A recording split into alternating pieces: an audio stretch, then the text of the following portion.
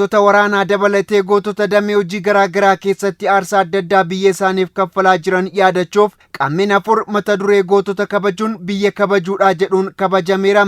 Bulchiinsi magaalaa Finfinnees guyyaa goototaa jedhamee qaamni afur kabajamu kana sagantaalee garaagaraa qopheessuun bakka hooggantoonni mootummaa olaanoo federaalaa fi bulchiinsa magaalichaa akkasumas qaamoleen qooda fudhattoota argamanitti kabajamee ooleera. Qaamni afur guyyaa goototaa ilaalchisee ergaa kan dabarsan kantiibaa itti aantuun bulchiinsa magaalaa Finfinnee Aadde Adaanach Abeebeen biyyi Itoophiyaa fi gootni wantoota gargar bahanii ilaalaman miti jedhan. Biyya gootota hedduu qabduu fi gootonni hedduun keessatti dhalatan kanatti guyyaa goototaa kabajuun barbaachisaa ta'uu dubbataniiru.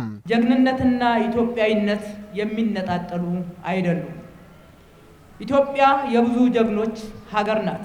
gootummaa fi Itoophiyummaa wantoota gargar bahanii miti. Itoophiyaan biyya gootota baay'eeti. Kaabaa hanga kibbaatti, bahaa hanga lixaatti osoo ilaalame dacheen Itoophiyaa gootota kan oomishee, seenaa goototaa kan galmeesse, waliigalaan dachee fi qilleensi Itoophiyaa seenaa gootota ishee afaan baastee kan dubbattudha. Seenaa gootota Itoophiyaa lafee fi dhiigaan barreeffame addunyaatu beeka.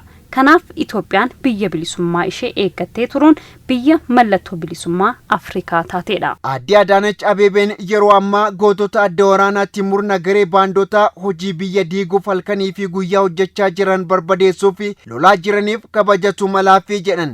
አሁን በዚህ ሰዓት እኔና እናንተ በዚህ ባለንበት ጊዜ እናት ሀገራቸውን ከካሃዲ ባንዳዎች ኃይል ለመጠበቅ ህይወታቸውን ጨምሮ yeroo nuti fi isin asitti argamnu kanatti biyya isaanii gochaa diigumsaa humnoota baandaa biyya ganan irraa tiksuuf lubbuu isaanii dabalatee waan danda'an hundaan gochuun nageenya Itoophiyaa fi birmadummaa akkasumas nageenya lammiilee ishee dabarsinee waan hin kennine jechuun qaamota aarsaa lammiilee ishee dabarsinee hin kenninu jechuun gootota aarsaa kaffalaa jiran kaasuudhaaf dhugaan yeroo nuti fi isin asitti argamnu kanatti biyya isaanii gochaa diigumsaa humnoota baandaa biyya ganan irraa tiksuuf lubbuu isaanii dabalatee waan danda'an hundaan gochuudhaan nageenya Itoophiyaa fi birmadummaa akkasumas nageenya lammiilee ishee dabarsinee hin kenninu jechuudhaan qaamota aarsaa kaffalaa jiran kaasuudhaaf dhugaan jechatu namatti hanqata. Seenaan gootummaa uummata Itoophiyaatiif haaraa miti kan jedhan ministeerri muummee itti aanaa fi ministeerri dhimma alaa Itoophiyaa Obbo Dammaqa Mokonnin kanaaf iyyuu Itoophiyaan damee hundarratti gootota kabajaa fi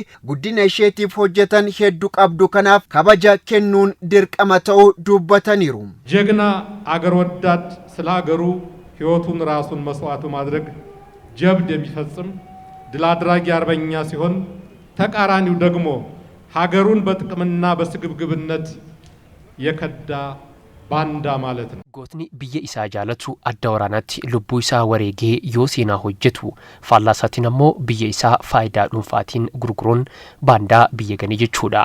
Yoo biyyi waraanamtu gootota dirree waraanaa dhukkuboota kanneen akka COVID-19 biyyi yoo weeraramtu gootonni ogeessa fayyaa yoo dinagdeen biyyaa rakkoo keessa galu gootonni daldalaa fi hojii kalaqaa biyyi odeeffannoo sobaatiin yoo raafamtu gootonni miidiyaa biyyi waltajjii addunyaa irratti yommuu dhiibamtu gootonni dippiloomaasii akkasumas alaabaa shool qabuun addunyaatti mul'isuuf gootonni ispoortii ni uumamu. Biyyi gaafa rakkattu gootonni gammaran ni dhalatu.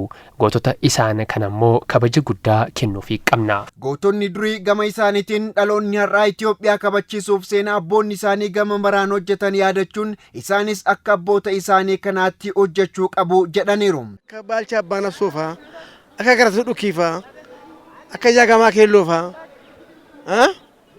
akka Abdii Isaa gaafatti akka maqaa baasan ijoolleen dhalatan kun wal jaalalaan otoo waliin dhabin otoo gosaaf gosa hin ga'iin akkatti Amaaraa fi Sidaamaa kan jennetti akka hundumtuu kana ilaalaa ka'uun barbaadan. Bulchiinsi magaalaa Finfinnee guyyaa goototaa sababeeffachuun raayyaa ittisa biyyaa yeroo ammaa adda waraanaatti gocha biyya diigumsaa gareen shororkeessaa TPLF raawwachaa jiru qolachuuf duula irra jiruuf deeggarsa maallaqaa birrii biiliyoona 1.1 fi deeggarsa gosa adda addaa birrii miiliyoona 100 fi miiliyoona 80tti tilmaamamu ministeera raayyaa ittisa biyyaatiif kenneera.